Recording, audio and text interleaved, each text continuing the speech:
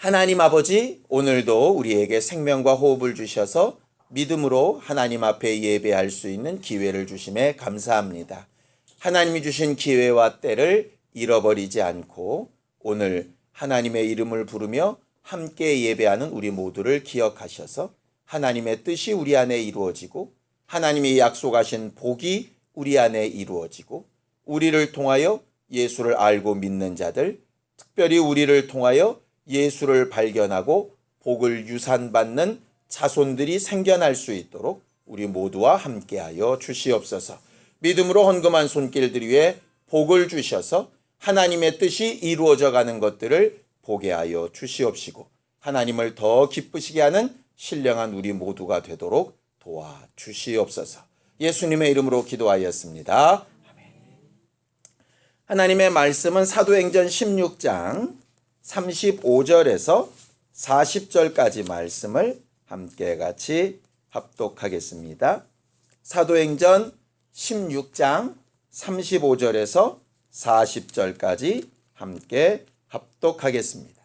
함께 읽습니다. 시작. 날이 새매 상관들이 부하를 보내어 이 사람들을 놓으라 하니 간수가 그 말대로 바울에게 말하되 상관들이 사람을 보내어 너희를 놓으라 하였으니 이제는 나가서 평안히 가라 하거늘 바울이 이르되 로마 사람인 우리를 죄도 정하지 아니하고 공중 앞에서 때리고 옥에 가두었다가 이제는 가만히 내보내고자 하느냐?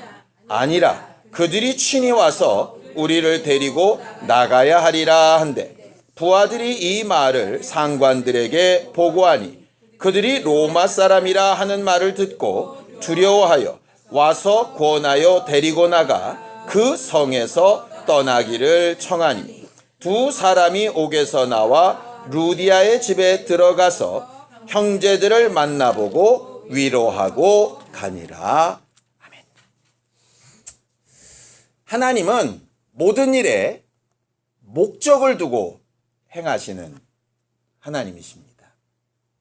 그래서 성경은 신앙생활을 향방 없이 뛰는 것은 잘못되었다라고 이야기하는 것이죠.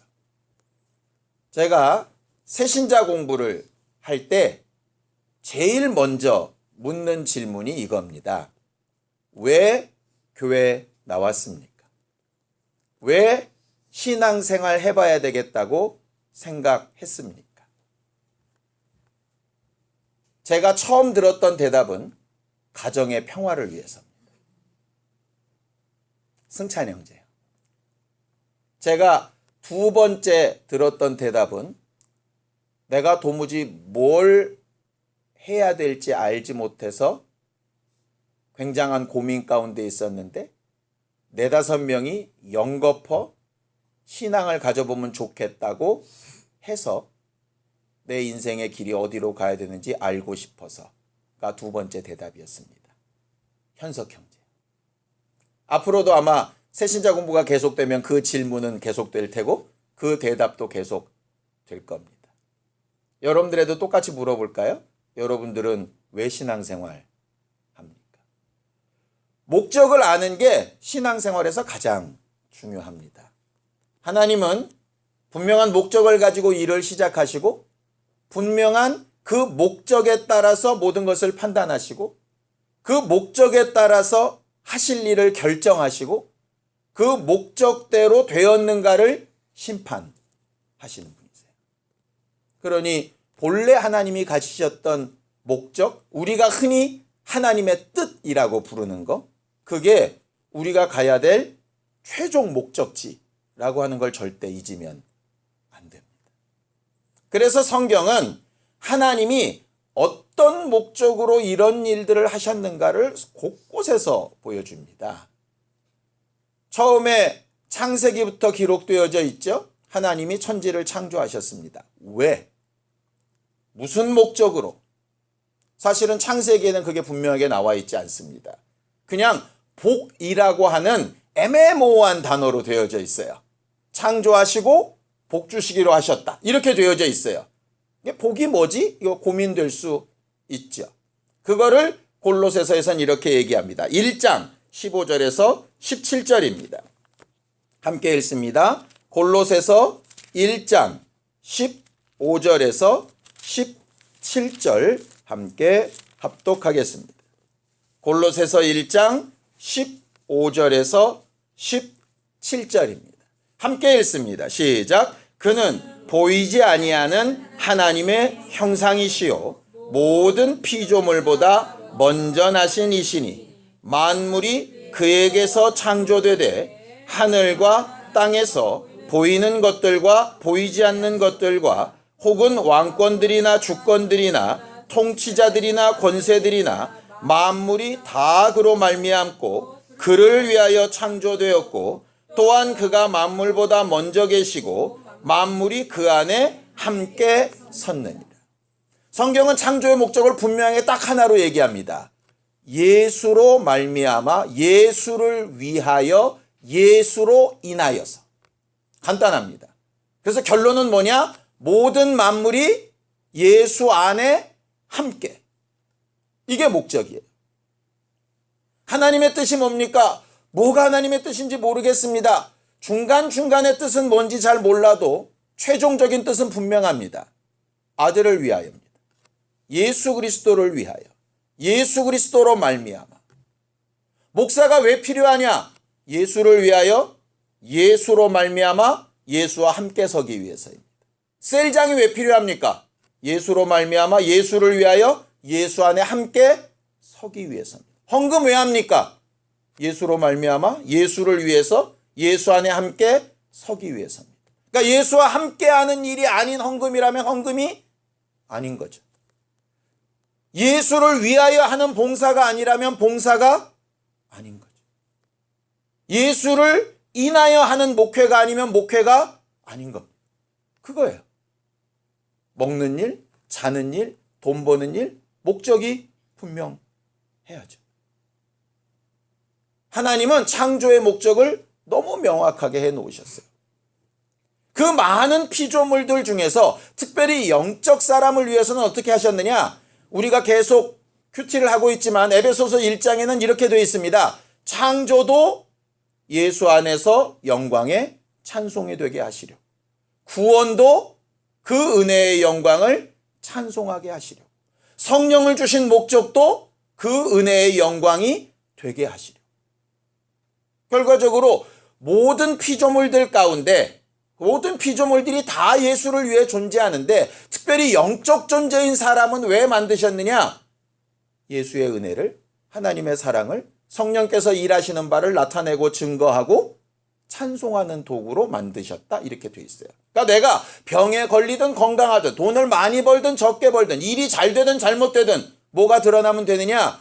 예수가 드러나고 예수가 하신 일이 드러나고 하나님의 사랑이 드러나고 결국 성령께서 함께하고 계신 것이 드러나면 그 사람은 하나님의 목적대로 쓰임을 받는 거죠. 반대도 마찬가지입니다. 아무리 좋은 회사에 들어가고 아무리 대단한 집안에 결혼을 하고 아무리 엄청난 부를 누려도 그것과 상관없으면 목적에서 벗어나.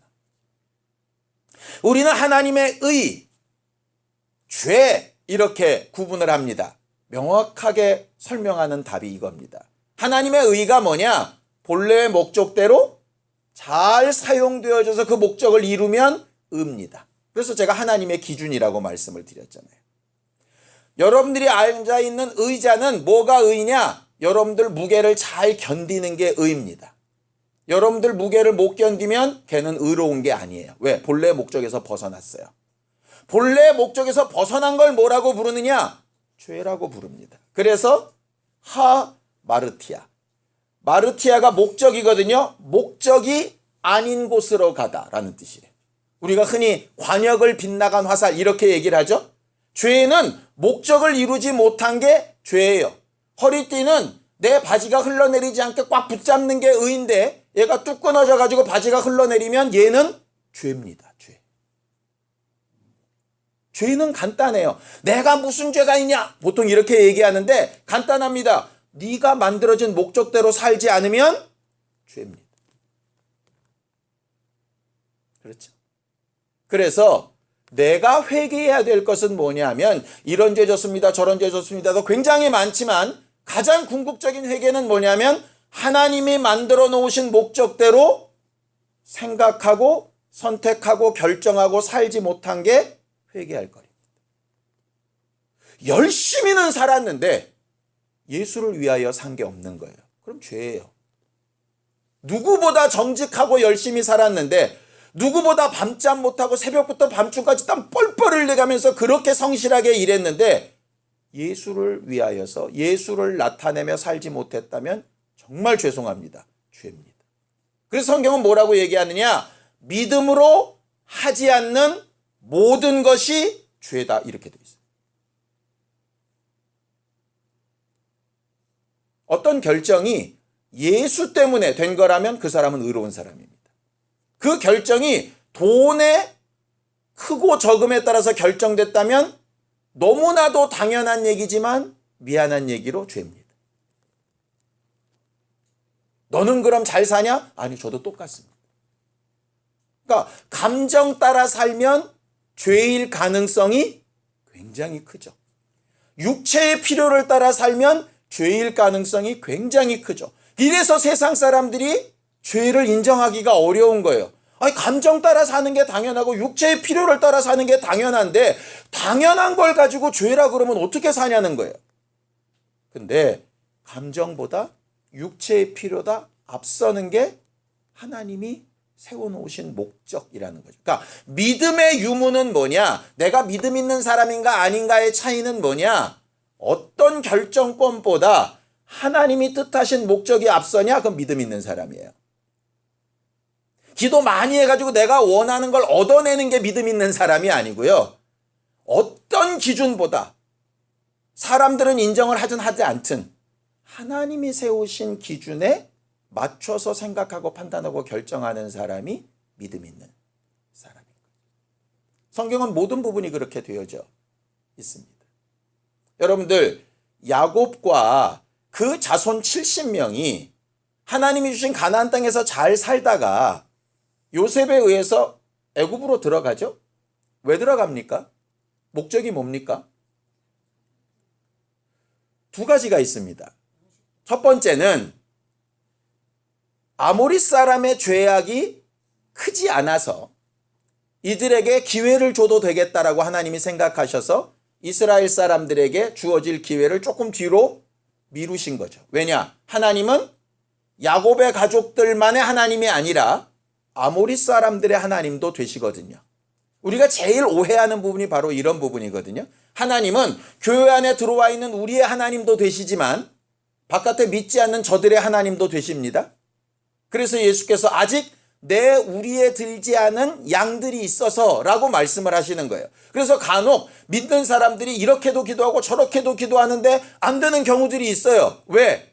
우리 말고 저들을 위한 기회를 주시기 위해서 우리를 좀 천천히 가도록 브레이크를 잡아서 우리의 소원과는 달리 하시는 경우가 있는 거죠.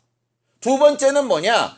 야곱의 70명 갖고는 실질적으로 가나안 땅을 제대로 정복할 수 있는 능력이 안 돼요. 그러니까 애굽에 보내서 400년 동안 잘 키워가지고 수십만 명을 만들어서 나중에 정복을 시키시려고. 그러니까 이유가 두 가지죠. 외부에 있고 내부에 있어요.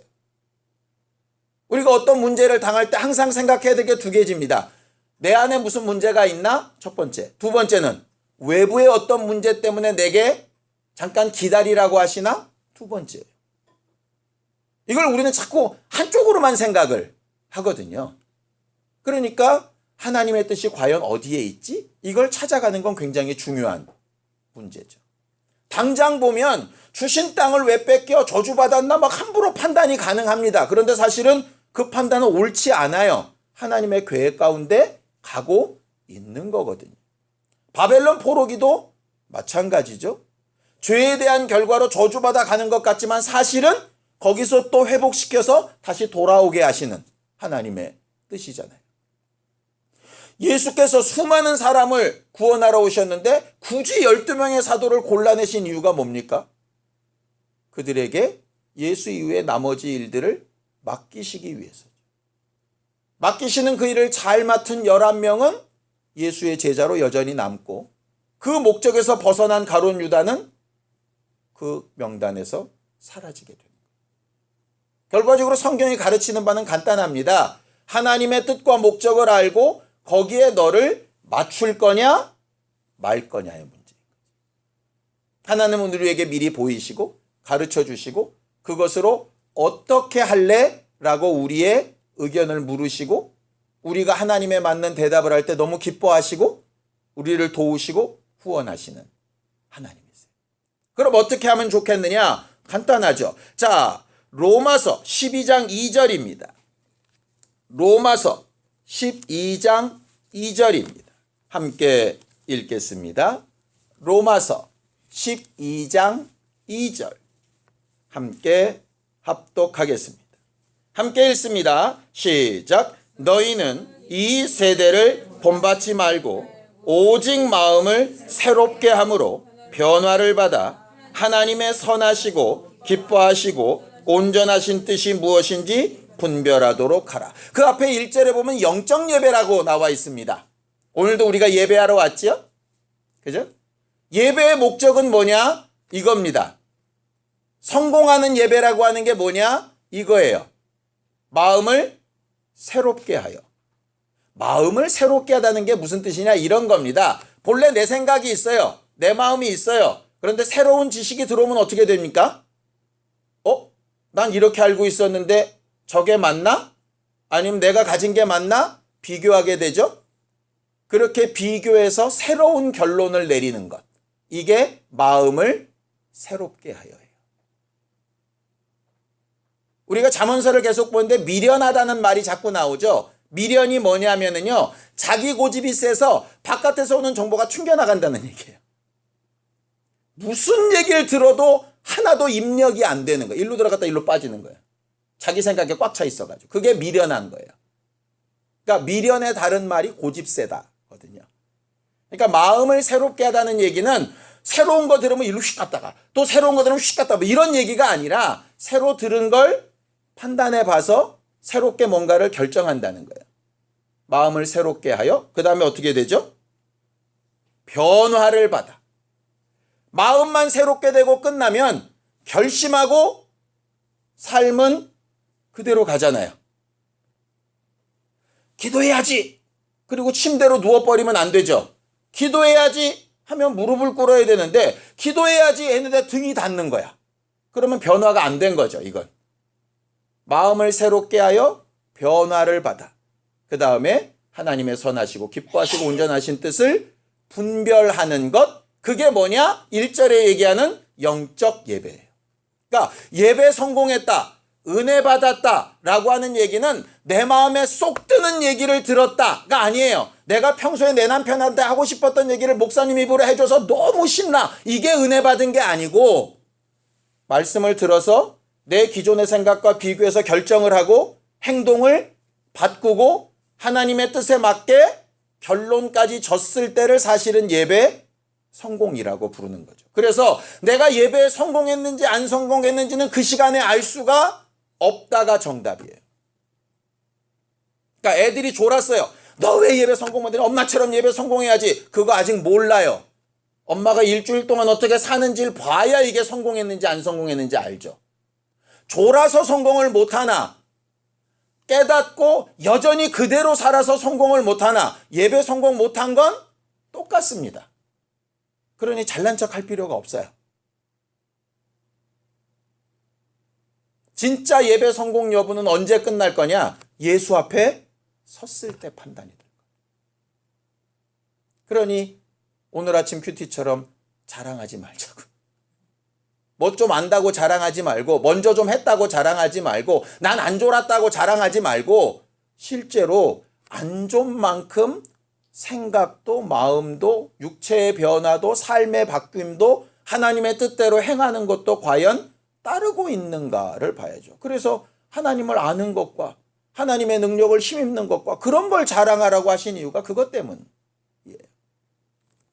오늘 예배가 좀 그렇게 되었으면 좋겠어요. 반대의 경우도 마찬가지입니다. 아까 야곱의 70명의 자손들이 애굽에 들어가는 것처럼 흉년이 들어 먹을 게 없으니 그지같이 남에게 구걸이 나듯이 들어갔다. 이런 얘기가 아니잖아요.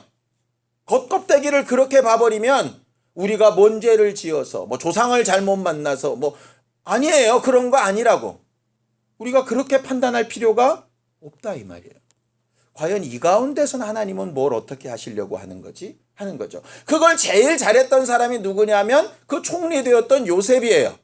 보디발의 집에 노예로 팔렸어도 거기서 오해를 받고 감옥에 갇혔어도 그는 항상 하나님과 함께하여 형통하였더라 이렇게 돼 있어요. 상황은 하나도 안 좋은데 그는 늘 형통한 사람이었어요. 왜? 하나님의 뜻과 계획대로 따라가고 있거든요. 감옥에 있을 때도 하나님의 뜻을 따라가고 총리가 됐을 때도 하나님의 뜻을 따라가죠. 잘못된 사람이라면 감옥에 있을 때는 피하기 위해서 하나님의 뜻대로다가 총리가 되고 났더니 지 마음대로 막 권력을 휘두를 수 있겠죠. 근데 창세기 맨 마지막에 보면 야곱이 죽고 나서 그 형들이 두려워 떨고 있을 때 뭐라고 얘기하느냐? 나를 이곳에 보낸 건 형들이 아니라 하나님이다. 제발 두려워하지 말아라. 나 당신들한테 아무런 감정 없다. 난 하나님의 뜻대로 온 것뿐이다 라고 이야기하는 게 진짜 신앙인이란 말이에요. 그러니까 지금 뭐가 좀 내 원대로 안 되고 있다고 낙심할 것도 없고 뭘 좀 잘하고 있다고 잘난 척할 것도 없어요. 중요한 건 내가 계속 하나님의 계획과 목적 따라 가면서 판단하고 있나? 이게 제일 중요한 문제인 거죠. 내가 뭔가 결정했는데 왜 이렇게 결정했지? 내가 이렇게 행동했는데 왜 이렇게 행동했지? 분명 해야죠. 사람들한테 보이기 위해서가 아니라. 제가 늘 말씀드리죠. 우리 교회에 오실 때에도 분명한 목적을 가지고 오셔야 하는 것처럼 떠날 때도 분명한 목적이 있으시면 얼마든지 괜찮다 이 말이에요. 그렇잖아요. 수리 안디옥 교회에서 바울과 바나바를 지금은 바울과 실라와 디모데와 누가를 이렇게 어쨌든 안수해서 기존의 교회에서 다 막 보내잖아요. 왜? 분명한 목적이 있으니까 그들이 없으면 안 되는데도 보낸다니까요. 그건 아무것도 잘못된 뜻이 아니에요. 근데 괜히 싸우고 그냥 튀어나가고 마음에 안 든다고 나가고 이건 아니라 이 말이죠. 그러니 당당하게 얘기하고 당당한 목적을 가지고 한다는데 누가 뭐라고 얘기하냐. 우리가 그렇게 하나님의 뜻 앞에서 좀 담대한 사람이었으면 좋겠어요. 하나님의 뜻대로 살기 위해서 예배 못 나올 수도 있어요. 왜? 하나님의 뜻대로 내가 다른 환경을 주셔서 일을 하고 있으면 예배 시간에 당연히 못 나오죠. 그러지 않겠습니까? 근데 이게 사람이 눈에 띄어버리면 이 하나님의 뜻대로 되느냐는 상관이 없어요. 사람 앞에 어떻게 보이느냐에 상관을 하다가 결국은 잘못된 신앙의 방향으로 자꾸 가는 거예요. 목사도 마찬가지, 성도들도 마찬가지. 우리는 하나님 앞에 그냥 입버릇처럼만 말하는 하나님의 뜻이 아니라 진짜 하나님의 원하시는 뜻이 뭐지? 나한테 과연 뭘 요구하시는 거지? 하는 걸 제대로 듣고 알 수 있는 영감이 있게 되기를 예수님 이름으로 축원합니다. 그걸 위해서 성경 배우는 거예요. 문제는 다 똑같지 않아요. 하나님이 여러분들 각각에게 뜻하신 바들이 다른 부분들이 있어요. 궁극적인 목적은 같은데 가는 길들은 다 달라요. 그러니까 저 사람이 그랬다고 나도 똑같이 글로 갈 수는 없는 거니까 내게 명하시는 주의 음성이 뭔지를 알려고 기도하는 부분이 필요한 거죠. 자, 오늘 본문으로 돌아가 보겠습니다. 자, 35절입니다. 함께 읽습니다. 시작. 날이 새매 상관들이 부하를 보내어 이 사람들을 놓으라 그랬습니다. 자, 이들이 감옥에 갇혔습니다. 억울하게 갇혔죠? 억울하게 갇혀서 억울하다고 불평불만하지 않고 찬양하고 기도했습니다. 그랬더니 지진이 일어나고 옥문이 열리고 쇠고랑이 풀리고 그런데 이들이 안 나갔죠. 왜? 풀어주는 것까지 하신 하나님이 나가라고 명령하지 않으셨기 때문에 그 자리에 있었습니다. 그 자리에 있었다가 결국 간수와 그의 가족들을 구원하고 침례주게 되고 같이 교제하게 되고 행복한 시간을 가졌어요. 행복한 시간을 가졌다고 바깥으로 나가면 어떻게 됩니까? 탈옥입니다. 이 얘기 무슨 얘기냐? 행복하게 간수의 집에서 맞은 데를 씻김을 받고 잘 먹은 다음에 어떻게 했다는 얘기냐? 아침에 다시 감옥으로 들어간 거예요. 이해가 되십니까? 여러분들 같으면 하나님이 내보내주신 건데 왜 들어가? 바보같이 이렇게 생각할 텐데 아니에요. 자기 할 일을 다 하고 원래 자기의 때로 들어가는 거예요. 들어가는 게 왜 중요하냐? 이들이 날이 새자마자 석방 명령을 받았어요. 그러면 합법적으로 출옥을 하는 거죠. 근데 5분 전에 그냥 나가면 어떻게 됩니까? 탈옥입니다. 이게 죄고 아니고가 너무 웃긴 게요. 합법적인 명령 있기 1초 전에 나가면 죄고요. 합법적인 명령이 떨어지고 1초 후에 나가면 죄가 아닌 거예요. 똑같은 행동을 했는데 때에 따라서도 죄가 될 수 있고 아닐 수 있죠. 그러고 나서 봤더니 때와 기한은 하나님께서 하나님의 뜻대로 정하시는 거예요. 풀렸다고 아싸 그리고 나가면 우리 딴에는 간증거리일 수 있는데 하나님이 더 확실하고 정확하게 합법적으로 하실 일을 어그러뜨리게 되는 거잖아요. 그러니까 풀어놨다고 이 상황이 해결됐다고 내가 뛰쳐나갈 거냐 여전히 하나님의 명령을 기다릴 거냐 이 판단도 어디에 따라야 되느냐 하나님의 뜻이 어디 있는가에 기다려 봐야죠. 그래서 간수장을 구원한 다음에 다시 감옥에 들어갑니다. 그런데 합법적으로 풀려나게 됐어요. 자, 풀어주라는 말을 들은 간수의 마음은 어땠을까요? 어쩌게 같이 먹고 막 교제하고 놀다가 새벽녘에 다시 이 사람들을 감옥에 넣을 때 마음이 어땠을까? 미안하고 면구스럽고 이 사람들이 이러면 안 되는데 자기 능력은 거기까지밖에 안 되니까 이것밖에 못 해줘서 미안하고 분명히 그랬겠죠. 그런데 풀어주라는 명령 들으니까 이 사람은 너무 기쁘고 행복해서 와가지고 막 얘기하는 거예요. 자, 그 다음에 보겠습니다. 36절입니다. 시작. 간수가 그 말대로 바울에게 말하되 상관들이 사람을 보내어 너희를 도우라 했으니 이제는 나가라. 평안히 가라. 선생님 이제 됐습니다. 해결 났어요. 가세요. 뭐 이렇게 된 거예요. 이 사람은 일이 다 끝났다고 생각을 하는 거예요. 우리는 지난주에 권리를 주장하지 말고 의무만 다하자 그랬습니다. 그러니까 억울하다 뭐 이런 거 바울이 생각하지 말고 풀려나라 그랬으니까 아멘. 그러고 조용히 나갔어야 될 것 같은데 신기하게도 그 이전까지는 자기 권리를 한마디도 주장하지 않던 바울이 뭐라고 얘기를 하느냐. 37절 돌별을 합니다. 함께 읽죠. 시작. 바울이 이르되 로마 사람인 우리를 죄도 정하지 아니하고 공중 앞에서 때리고 옥에 가두었다가 이제는 가만히 내보내고자 하느냐. 아니라 그들이 친히 와서 우리를 데리고 나가야 하리라. 그렇게 얘기하는 거예요. 아니 어제까지는 그렇게 은혜가 풍성하고 도망갈 수 있는데 도망도 안 가고 복음을 전하고 위로하고 그렇게 다정다감했던 바울이 기쁜 소식을 전했던 간수 앞에 이런 법은 없는 거다. 니들이 와가지고 나를 충분히 대우하고 내보내지 않으면 나 가만히 안 있을 거야. 나 고소할 거야. 이렇게 나오는 거예요. 간수의 입장에서 좀 황당했지 않았겠습니까? 저는 그랬을 것 같아요. 그래서 궁금한 게 생겼습니다.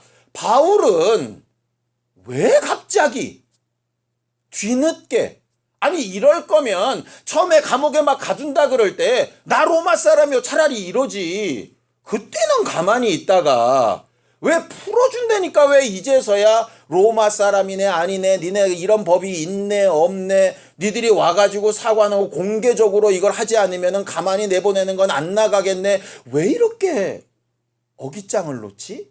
이유가 뭘까? 무슨 목적일까? 어떻게 기도하고 어떤 판단을 했길래 이런 일이 됐을까? 혹시 생각해 보셨습니까? 이게 뭐냐? 이거예요. 보세요.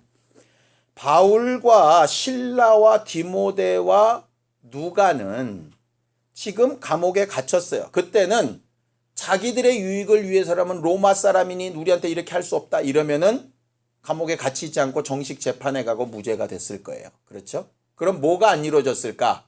간수와 그 가족을 전도할 기회는 상실됐을 거예요. 어떻게 응답을 받았는지는 모르지만 아마도 하나님 앞에서 성경에 있는 그대로 너희는 자기 유익을 구하지 말라 하시는 것 때문에 자기의 권리를 주장하지 않고 아마 털 깎는 자 앞에 양처럼 그냥 들어갔을 거예요. 그런데 모든 사람들이 지금 바울과 실라가 죄인이라고 알고 감옥에 들어갔잖아요. 예수를 전하고 믿는 게 잘못됐다고 인정을 받고 감옥에 들어갔잖아요. 근데 나올 때는 들어갈 때는 공개적으로 들어갔는데 나올 때 뒷구멍으로 슬쩍 빼면 이 사람들은 떠나겠지만 남는 루디아의 가족들, 남는 간수의 가족들은 공개적으로는 어떻게 되겠어요? 예수 믿는 건 잘못된 일이 되는 거죠. 그래서 말씀을 쭉 읽다 보니까 맨 마지막 절에 이렇게 되어 있는 거예요. 함께 읽겠습니다. 40절 시작. 두 사람이 옥에서 나와 루디아의 집에 들어가서 형제들을 만나보고 위로하고 가니라. 그들은 떠날 때 자유다. 아유 온 붙었다. 발에 먼지 떨자. 더러워. 내 다시 이 동네에 오나 봐라. 이러고 가는 게 아니라 자기들이 해야 될 목적이 분명한 거예요. 전도해 놓은 사람들, 교회를 세우는 사람들, 이 사람들을 보호해야 될 책무가 있는 거죠. 자기의 유익을 위해서라면 굳이 로마 사람인 걸 얘기하지 않고 감옥에 들어가도 되는데 자기가 떠난 이후에 이 연약한 사람들은 어떻게 해야 돼? 합법적으로 만들어 놔야 되잖아요. 그러니까 공개적이고 합법적으로 너희의 판단이 잘못됐다는 걸 많은 사람들한테 보여라. 그래야 이 사람들이 보호를 받는다. 어떻게 보면 예수 믿는 사람이 그냥 그렇게 좀 저 사람들이 잘못했다 그러고 나가라 그러면 조용히 그냥 나가지 뭘 그렇게 시끄럽게 문제를 만들어 이렇게 할 수 있으나 목적이 분명하죠. 이건 내가 억울했으니 내 자존심을 세우기 위한 문제가 아닌 거예요. 내 손해를 배상받고 싶은 얘기도 아닌 거예요. 남은 자들이 제대로 신앙생활 할 수 있는 터전을 만들어주고 싶은 거예요. 바울과 실라의 선택은 바로 그거였어요. 똑같이 주장할 수 있는 때를 앞에 하지 않고 뒤에 했던 이유는 뭐냐? 앞에는 전도의 기회를 얻기 위해서 자기 유익을 쓰지 않는 거고, 두 번째는 남은 자들의 권리를 보호해 주기 위해서 자기의 권리를 쓰는 거죠. 남들이 볼 때는 왜 왔다 갔다 하냐? 아니요. 선택하고 행동한 사람은 절대로 왔다 갔다 한 게 아니에요. 동일한 목적을 두고 지금 하고 있는 거예요. 나의 유익이 아니라 다른 이의 유익을 위해서. 그걸 성경은 이렇게 얘기합니다. 자, 고린도전서 10장 23절 24절입니다. 고린도전서 10장 23절 24절입니다. 함께 읽겠습니다. 고린도전서 10장 23절 24절 함께 읽죠. 시작. 모든 것이 가하나 모든 것이 유익한 것은 아니요 모든 것이 가하나 모든 것이 덕을 세우는 것은 아니니 누구든지 자기의 유익을 구하지 말고 남의 유익을 구하라. 여기에 남에는 누구도 포함되느냐? 하나님, 예수 그리스도, 예수의 이름까지 다 포함됩니다. 꼭 사람이란 얘기가 아닙니다. 그러니까 내가 주를 위하여, 주 예수의 사람들을 위하여 내게 맡기신, 또 앞으로 맡기실 사람들을 위해 필요하다면 하기도 하고 하지 않기도 하고.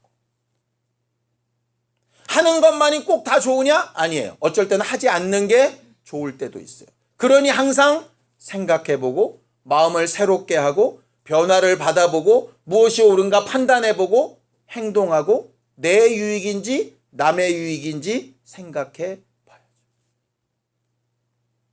세상 사람과 우리가 다른 이유는 딱 여기입니다. 판단의 기준이 내 유익이냐 아니면 나 외에 하나님을 포함한 다른 이들의 유익이냐. 그들의 유익을 구하다가 내게도 유익이 된다면 그거야 100점이겠죠. 그러나 혹 내 원대로 아니할지라도 하나님의 원대로. 이게 예수님의 마지막 기도 아닙니까? 내 원대로 마시고 하나님의 목적대로. 당장 내가 이걸 선택하면 손해볼 수 있는데 이걸로 인해서 다른 영혼의 하나님의 일에 하나님의 이름에 유익하다면 선택해야죠. 내가 이걸 선택하면 나한테 지금 뚝 떨어지는 게 굉장히 많은데 이것 때문에 다른 이에게 하나님에게 하나님의 이름에 손해가 된다면 포기해야죠. 쉽지 않은 일이에요.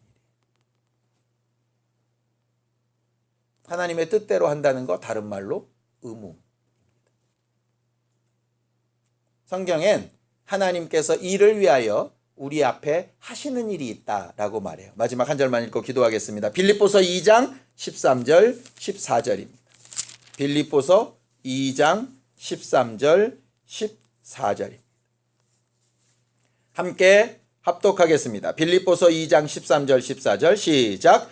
너희 안에서 행하시는 이는 하나님이시니 자기의 기쁘신 뜻을 위하여 너희에게 소원을 두고 행하게 하시나니 모든 일을 원망과 시비가 없이 하라. 재밌는 건 우리의 소원보다 앞선 게 하나님의 기쁘신 뜻이죠. 그러니까 이런 얘기입니다. 그냥 내 소원이 있고 하나님이 주신 소원이 있는데, 그냥 내 소원은 하나님의 기쁘신 뜻과는 상관이 없는 거예요. 이게 내 유익이에요. 하나님이 주신 소원은 하나님의 기쁘신 뜻에 맞는 소원이에요. 소원에 두 가지가 있다고. 많은 사람들이 이걸 이렇게도 해석하더라고요. 내 마음에 소원함을 주신 거, 내 마음에 소망함을 주신 건 하나님의 뜻이야. 이렇게 하더라고. 그 뜻이 아니에요. 내가 소원하면 하나님의 뜻이란 얘기가 아니에요. 그럼 지가 하나님이란 얘기고, 내 소원에는 하나님의 기쁘신 뜻대로 생긴 소원이 있고, 그것과 무관하게 그냥 내 안에서 솟아올라오는 소원이 있다고. 그러니까 내가 소원함이 딱 생겼을 때 이 두 개를 분별해 봐야 된다고. 이 원인이 뭔지를. 그래서 하나님의 기쁘신 뜻대로 된 소원이라면, 내가 소원함을 가졌는데 생각해 보니까 이게 하나님의 뜻에 맞는 거라고 확신이 들거들랑, 상황이 어렵든 힘들든 괴롭든 하든 간에 상관없이 불평불만하지 말고 기쁘고 감사함으로 쫓아가면 된다, 이 얘기예요. 하나님의 뜻이 뭡니까? 고민되십니까? 말씀에서 찾아야 됩니다. 궁극적인 목적, 아까 말씀드렸죠? 아들을 위하여, 아들로 말미암아 아들과 함께입니다. 그 과정에 여러 가지 길이 있는데 어떤 길을, 오늘은 내 권리를 주장할 것, 오늘은 내 권리를 주장하지 않는 것, 어떤 길을 선택하게 하실지 사실은 잘 모르죠. 그러니 항상 깨어서 분별해야죠. 과거에 어느 때 한 거를 오늘 또 갖다 놓고 전에 이렇게 했으니 오늘도 또 이렇게 하리라, 굉장히 틀린 신앙의 방법입니다. 과거는 그렇게 했는데 지금은 또 어떻게 할 거냐? 분명히 바뀌어야 될 문제예요. 그래서 날마다 만나를 구하듯이 하나님의 뜻과 말씀을 구해야 되는 게 필요하죠. 큐티해야 되는 이유가 그것 때문입니다. 밥 먹을 때만 기도하는 게 아니라 때마다 무슨 문제나 결정과 선택이 있을 때마다 기도해야 되는 이유가 그것 때문입니다. 이게 익숙해진 사람이면 익숙해질수록 하나님과 더 가까이 가는 거죠. 그런데 이게 전혀 내 삶에 익숙해지지 않으면, 교회에 와 있는 시간에는 믿음 있는 사람인데 떠나면 아무 상관없는 사람이 되는 거예요. 그저 입술만 하나님의 뜻, 영광, 예수 믿는 사람 이렇게 하는 거지 아무런 영향력이 없는 거예요. 우리는 어떻게 살 건가 생각해 봤으면 좋겠습니다. 그래서 하나님의 뜻대로 권리를 주장할 때가 필요하다면 담당히 하고, 그것을 내려놓고 의무만 다할 때는 담대하게 하고. 함께 같이 기도하겠습니다. 하나님 아버지, 우리는 하나님이 우리에게 주신 목적을 따라 잘 분별하며 순종하는 거룩한 교회들이 되어져 가기를 원합니다.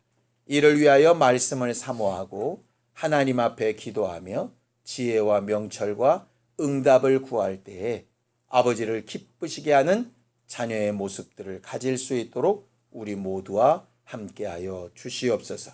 모든 것이 가하나 모든 것이 유익하거나 덕을 세우는 것은 아니라 하셨고, 그 모든 선택과 결정에 다른 이들의 유익, 하나님께서 우리에게 주신 하나님의 뜻대로 되어지는 목적이 먼저 생각나고 분별되는 것이 영적 예배에 성공하는 것이라 하셨사오니, 그러한 예배에 성공하는 사람들이 다 되도록 우리 모두와 함께하여 주시옵소서.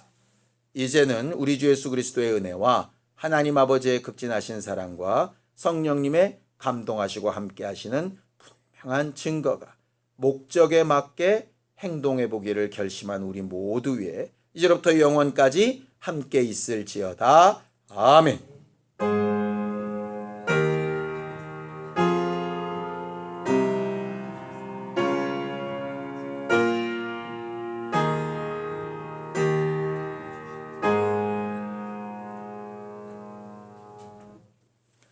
우리 예배 받으신 하나님 앞에 감사한번 끝내겠습니다. 수고하셨습니다. 감사합니다.